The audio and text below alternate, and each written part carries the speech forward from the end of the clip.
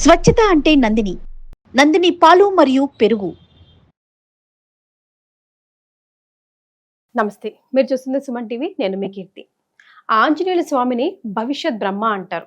మే 22 హనుమత్ జయంతి. ఈ సందర్భంగా స్వయానే హనుమంతుడు మన కల్లో ప్రత్యక్షమై మనం కోరిన కోరికలను నెరవేర్చే వరం ఇవ్వాలంటే మనం ఎలాంటి పరిహారం పాటించాలి, అసలు హనుమంతుడికి ఇష్టమైన నైవేద్యం ఏంటి, ఆయనని ఏ విధంగా ఆరాధిస్తే బాగుంటుంది, ఇలాంటి విషయాలన్నీ మనకు తెలియజేయడానికి మనతో పాటు ప్రముఖ ఆస్ట్రాలజర్ బ్రహ్మశ్రీ నందిమట్ల శ్రీహరి శర్మ గురువు గారు ఉన్నారు.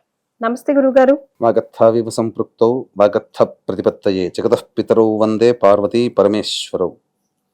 ఆదిత్యాయ చ సోమాయ మంగళాయ బుధాయ చ గురు శుక్ర శనిభ్యశ్చ రాహవే కేతవే నమః. శృంగేరి జగద్గురు పీఠాధిపతులకి, కంచి పీఠాధిపతులకి నమస్కారములు తెలియజేసుకుంటూ కార్యక్రమాన్ని ప్రారంభిద్దాం. గురుగారు, లాస్ట్ టైం హనుమత్ జయంతి రోజు మీరు చెప్పారు చైత్ర మాసంలో వైశాఖ మాసంలో వచ్చే హనుమత్ జయంతికి వ్యత్యాసం ఉంటుంది. ముఖ్యంగా ఈ వైశాఖ మాసంలో వచ్చే హనుమత్ జయంతి నాడు పరిహారాలు కరెక్ట్గా పాటిస్తే గనక మన కల్లో ప్రత్యక్షంగా వారే ప్రసన్నమై చక్కటి వరాలను అందిస్తారు మన కోరికలను తీర్చే విధంగా అని. మరి ఆ రోజు రానే వచ్చింది, ఏం చేయాలో తెలియజేస్తారా? తప్పకుండానమ్మా. వీక్షించేటువంటి ప్రేక్షకులు కూడా ఎక్కడా కూడా ఇప్పటి వరకు ఆంజనేయ స్వామి వారి గురించినటువంటి ఆరాధన విషయాలు, పద్ధతులు అనేకంగా తెలుసుకొని ఉన్నారు. కానీ చక్కటి అద్భుతమైనటువంటి పరిహారము సాక్షాత్తు ఆ ఆంజనేయ స్వామియే మీ స్వప్నంలో కనిపించి తన యొక్క అనుగ్రహాన్ని ప్రసాదించి వరాన్ని ఇచ్చి మీ కోరిక ఏదైతే ధర్మబద్ధమైన కోరిక ఉంటుందో ఆ ధర్మబద్ధమైనటువంటి కోరికని పూర్తిగా నెరవేర్చే అనుగ్రహాన్ని ప్రసాదించే అతి సులువైన అతి చక్కటి పరిహారము, ఏమాత్రము ఖర్చు లేనటువంటి పరిహారము మీకు తెలియచేస్తాను. వీక్షించేటువంటి ప్రేక్షకులు ఆశాంతం వినండి. ఇటువంటి పరిహారము ప్రసార మాధ్యమంలో ఇంతవరకు ఎక్కడా చెప్పబడలేదు. వివరాల్లోకి డైరెక్ట్గా వెళ్దామమ్మా. ప్రధానంగా ఆంజనేయ స్వామి వారిని ప్రసన్నం చేసుకునేటువంటి పద్ధతులలో మంగళవారము, శనివార నియమాలు చాలా ప్రత్యేకమైనటువంటివి. అందున ఆయనకి సంబంధించినటువంటి జయంతి రోజున గనక ఎవరైతే ఈ చెప్పబడేటువంటి పరిహారాన్ని ప్రారంభించి చేస్తారో ఖచ్చితంగా ఆంజనేయ స్వామి వారి యొక్క అనుగ్రహాన్ని పొందిన వారవుతారు. ఇది ఖచ్చితంగా నిరూపించబడినటువంటి పరిహారం, ఏదో పుక్కిటి పురాణము కాదమ్మా. మంత్రయంత్ర తంత్రంలో దాగి ఉన్నటువంటి రహస్య పరిహారం ఈ యొక్క పరిహారం. కాబట్టి ఈ పరిహారానికి అద్భుతమైన వేదిక అన్నప్పుడు చూసుకుంటే మనకు ఈ మే మాసంలో వైశాఖ మాసం బహుళ దశమి రోజున ఆంజనేయ స్వామి వారి యొక్క జయంతి అంటే జన్మదినము. కాబట్టి మనకేం చెప్పబడింది, ధర్మసింధులో కూడా మనకు చెప్పబడినటువంటి అనేక వారి యొక్క జయంతిలో 3 రకాలైనటువంటి రోజులు చెప్పబడ్డాయి. ఒకటి చైత్ర పౌర్ణమి రోజున తెలంగాణ నార్త్ సైడ్ వాళ్ళు జరుపుకుంటారు. ఈ ఆంధ్ర, కర్ణాటక ఈ ప్రాంతాల్లో ఉన్న వాళ్ళు వైశాఖ బహుళ దశమి రోజున జరుపుకుంటారు. ఇంకా ధర్మసింధు, నిర్ణయ సింధు ప్రకారం అయితే కార్తీక మాసము కృష్ణపక్షము చతుర్దశి తిథి భౌమవారము నిశీ సమయంలో స్వామివారు ఆంజనేయ స్వామి వారు జన్మించారు అని చెప్పి మనకు శాస్త్రంలో ఉంది.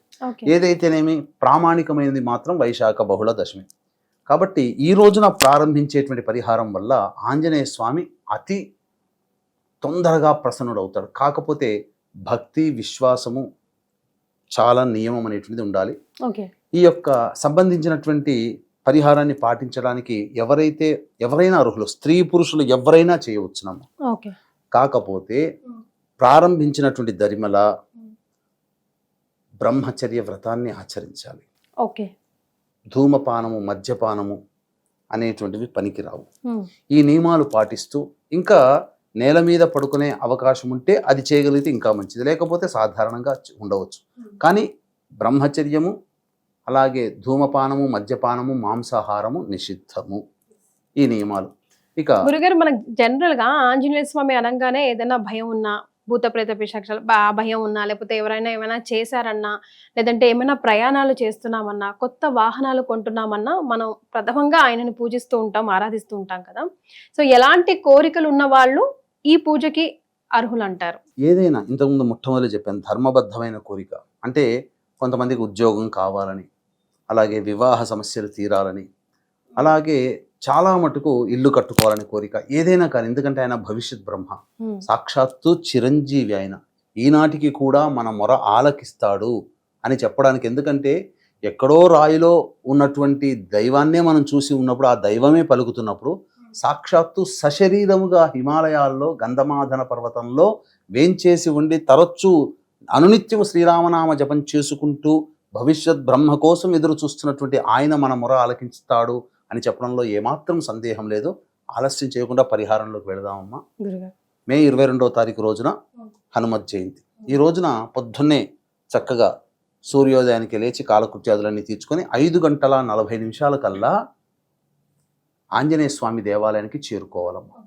చేరుకున్న తర్వాత చేతిలో ఒక మినప గింజ తీసుకోవాలి. మొట్టమొదలు ఇంటి నుంచే తీసుకెళ్ళాలి. నమస్కారం చేసుకొని ఆ మినప గింజని తీసుకొని, దేవాలయాల్లో కొన్ని ఓపెన్ టాప్గా ఉంటాయి, కొన్ని మంచిగా చక్కగా నిర్మించి ఉంటాయి.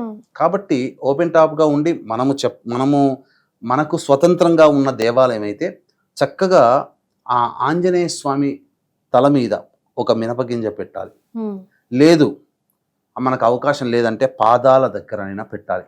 పాదాల దగ్గర కూడా అవకాశం లేదు అనుకున్న వాళ్ళు ధ్వజస్తంభం దగ్గరనైనా కానీ, ఆ యొక్క వాహనం దగ్గరనైనా మినపగింజ లేదా ధ్వజస్తంభం దగ్గర మినపగింజ ఏమైనా సంకల్పం చెప్పుకోవాలా గురుగారు? చెప్పుకొని ఆ విధంగా ఒక మినపగింజ పెట్టి చక్కగా 11 ప్రదక్షిణలు ఓం హం హనుమతే నమః. హం ఆ కాదు, అం కాదు, హం. ఓం హం హనుమతే హంసలోని హం కాబట్టి ఓం హం హనుమతే నమః అంటూ 11 ప్రదక్షిణలు చేయాలి. చేసి వచ్చి ఆ మినపగింజను, అంటే ఆ చేసి వచ్చి 11 ప్రదక్షిణలు అయిపోగానే స్వామికి మనస్ఫూర్తిగా నమస్కారం చేసి కోరిక వెల్లడించుకోవాలి. ఆ మినపగింజ తీసుకొని అతి జాగ్రత్తగా పవిత్రముగా ఒక టిన్లో పెట్టాలి. 2వ రోజు 2 మినపగింజలు పెట్టాలి. 11 ప్రదక్షిణలు చేయాలి. మళ్ళీ కోరిక స్వామికి విన్నవించుకోవాలి మనసులోనే. మళ్ళీ అలాగే ఆ 2 మినపగింజలు తీసుకొని ఆ డబ్బాలో వేసుకోవాలి. ఇలా ఇది అయిపోయిన తర్వాత ఇలా మొత్తము 11 రోజులు 41 రోజులు చేయాలి. అయితే ఏమవుతుంది, 41 రోజులకి 41 గింజలు తయారవుతాయి. అవుతాయి కదా. అప్పుడు మళ్ళీ 41 రోజున మళ్ళీ ఒకటి తగ్గించుకుంటూ రావాలి. అప్పుడు 40 పెట్టాలి, తర్వాత 39, తర్వాత 38, 37, 36 అలా తగ్గించుకుంటూ వచ్చి లాస్ట్కు 1, అంటే మొత్తం 81 రోజుల పాటు ఈ విధంగా చెయ్యాలి. ఖచ్చితంగానమ్మా 81వ రోజు అయిపోగానే రాత్రి స్వప్నంలో ఆ ఆంజనేయ స్వామి ప్రత్యక్షమై మనకు ఆ స్వప్నంలో మనకు ఆయన అనుగ్రహాన్ని ప్రసాదించి ఆ కోరిక నెరవేర్చే విధానం మనకు కలుగుతుందమ్మా. ఇది ఏమాత్రం సందేహం లేదు. దీంట్లో ఏమన్నా ఖర్చు ఉందా? ఏమీ లేదు. మనకి సంకల్పం బలం చాలా గట్టిగా ఉండాలి. ఆ 81 రోజులు అయిన తర్వాత ఆ 81 మినపగింజలు అవుతాయి కదా, ఆ మినపగింజలని అప్పుడు ఆ పారుతున్న నదిలో కానీ, చెరువులో కానీ, నీటిలో కానీ, బావిలో కానీ, ఏవీ లేకపోతే కనీసం ఎవరు తొక్కని ప్రదేశంలో ఆ మినపగింజలు వేసి రావాలి. ఈ విధంగా చేస్తే ఖచ్చితంగా దొరుకుతుంది.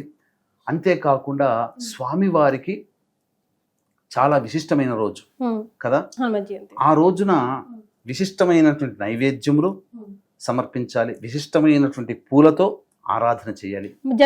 సింధూర్ వారికి చాలా ఇష్టం, కానీ నైవేద్యం గురించి మనం ఎప్పుడు ఎక్కడ మాట్లాడుకోవాలి. అందుకనే దీన్ని దృష్టిలో పెట్టుకునే ఈ యొక్క హనుమత్ జయంతి రోజున మనకు ఏ సంబంధించినటువంటి ఈ హైవేలో చూస్తే ప్రతి రాష్ట్రంలో కూడా హనుమంతుడి విగ్రహం కనబడుతుంది. ఎందుకనంటే వాహన ప్రమాదాలు జరగకుండా హనుమంతుడు కాపాడుతాడు. అందుకే వాహన హైవేలో ఇలా ఉంటాడు.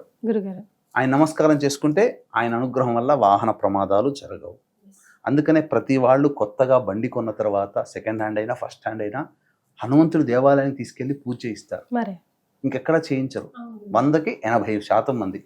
అందుకనే దీన్ని దృష్టిలో పెట్టుకుని జాతకరీత్యా వివిధ సమస్యలు, హనుమంతుడి వల్ల ఈ పని సాధ్యం కాదు అన్నటువంటి లేదు, అన్ని రకాలైనటువంటి పనులని సుసాధ్యం చేస్తాడు. కాబట్టి అటువంటి కార్యం, మనసులో తలచినటువంటి కార్యము సంకల్పం నెరవేరడం కోసం జాతకరీత్యా ఉన్నటువంటి అన్ని సమస్యల నివారణకి ఈ హనుమంతుడి యొక్క అనగా మన్యు సూక్త మూలమంత్ర హోమము, మరియు ఇప్పుడు శని మారాడు కాబట్టి గురువు రాహు కేతు గ్రహాలు కూడా మారాడు కాబట్టి జాతకరీత్యా మీన మేష మిథున కర్కాటక సింహ కన్య వృశ్చిక ధనస్సు కుంభ రాశుల్లో జన్మించినటువంటి వారికి శని దోష నివారణ, మిగతా గ్రహాలు మారినందువల్ల అనేక మందికి ఇప్పుడు కాలసర్ప దోషం నడుస్తుంది. కాబట్టి చాలా మందికి ఎన్నో రకాలుగా సమస్యలు ఉంటాయి. కాబట్టి ఆ సమస్యల నివారణకి సర్వదోష నివారణ పూజలు హోమాలు జరిపించి శక్తిపాతము చేయబడినటువంటి ఈ శంకరుంగలి మాలని వాళ్ళకి ఇవ్వడం జరుగుతుంది. పూజలో పాల్గొన్న వాళ్ళకి మాత్రమే ఈ మాల ఇవ్వడం జరుగుతుంది. మాల కోసం పూజ చేయట్లేదు. పూజలో పాల్గొన్న వాళ్ళకి ఈ శక్తిపాతం చేయబడినటువంటి శంకరుంగలి మాలని వారి ఎవరైతే యజమానులు నమోదు చేసుకుంటారో వారికి అందించడం జరుగుతుంది. ఇక విశేషమైనటువంటి నైవేద్యాలు అలాగే విశేషమైనటువంటి పుష్పాలతో కనుక ఆ స్వామిని ఆరాధిస్తే చాలా ప్రసన్నుడవుతాడని చెప్తారు. ఏంటా నైవేద్యం గురుగారు? చాలా ఉన్నాయి. అందరికీ తెలిసిందే వడమాల మొట్టమొదటిది. ఈ వడమాల చాలా ప్రత్యేకమైనటువంటిది. అంటే కరకరలాడేంతగా వేయించాలట. మనం తినే వడలైతే మెత్తగా ఉంటాయి, కానీ కరకరలాడేంతగా వేయించి ఆ స్వామికి వడమాల, ఎవరి శక్తి కొలది అంత వడమాల సమర్పించుకోవడం ఒకటి. తర్వాత అమ్మవారిని వెతుక్కునే సమయంలో బెల్లాన్ని తీసుకుని వెళ్ళాడట. వెళ్ళి శనక్కాయలు ఉన్నటువంటి తోటలో ప్రవేశించి శనగ్గింజలు తిని బెల్లాన్ని తిన్నాడట. అందుకని ఆయనకి శనగలతో చేసినటువంటి లడ్డూలని, బెల్లము శనగలతో చేసినటువంటి లడ్డూలు కానీ, అలాగే నలుపు రంగులో వేయిస్తారు కదా శనగ్గింజలు, బఠానీలు ఉంటాయి, శనగల్ని వేరుశనగ కాకుండా మామూలు శనగలు నల్లగా అవుతాయి. అటువంటి శనగల్ని బెల్లాన్ని కలిపి ముద్దగా చేసి నైవేద్యంగా పెట్టడం, అటువంటి ఉండల్ని నైవేద్యంగా పెడితే మహాప్రీతికరుడు అవుతాడట ఆంజనేయ స్వామి. అంతేకాకుండా కేసరి కూడా పెడతారు. అలాగే డ్రై ఫ్రూట్స్, 5 రకాల డ్రై ఫ్రూట్స్, జీడిపప్పు, బాదాము, కేసరి ఇలాంటివి 5 రకాల డ్రై ఫ్రూట్స్ కూడా నైవేద్యంగా పెడతారు. ఇటువంటి అంతేకాకుండా కుంకుమ పువ్వు చాలా ఇష్టమట ఆయనకి. ఇంకొక విషయం చెప్పమంటారమ్మా గురుగారు? ఈ రోజున వీక్షించేటువంటి ప్రేక్షకులు అదృష్టవంతులు ఎవరయ్యానంటే ఆంజనేయ స్వామి ఉపాసకులు ఎవరు కనబడ్డా వాళ్ళ దగ్గరికి వెళ్ళి అరటిపండు పెట్టాలట. దేవాలయంలో అర్చకులకైనా, లేదా హనుమంతుని బాగా నమ్ముతారు కదా కొంతమంది చుట్టుపక్కల ఉంటుంటారు, కేవలం బ్రాహ్మణనే కాదు, మన ఇంటి చుట్టుపక్కల ఆంజనేయ స్వామి అంటే వీరాభిమానులు ఉంటారు కొంతమంది. అటువంటి వాళ్ళకి ఒక డజను అరటిపండ్లు ఇచ్చేస్తే సరిపోతుంది. ఇచ్చిన తర్వాత ఆ భక్తులలో ఎవరైనా కానీ అరటిపండును ఒక్క అరటిపండు తిన్నా ఆంజనేయ స్వామి తిన్నట్టే లెక్క. దానివల్ల విశేషమైనటువంటి ఆంజనేయ స్వామి అనుగ్రహం కలుగుతుంది. అందుకనే ఈ హనుమత్ జయంతి రోజున ఆంజనేయ స్వామికి దేవాలయానికి వెళ్ళినప్పుడు ఖచ్చితంగా ఆ అరటి పండ్లు ఉండాల్సిందే.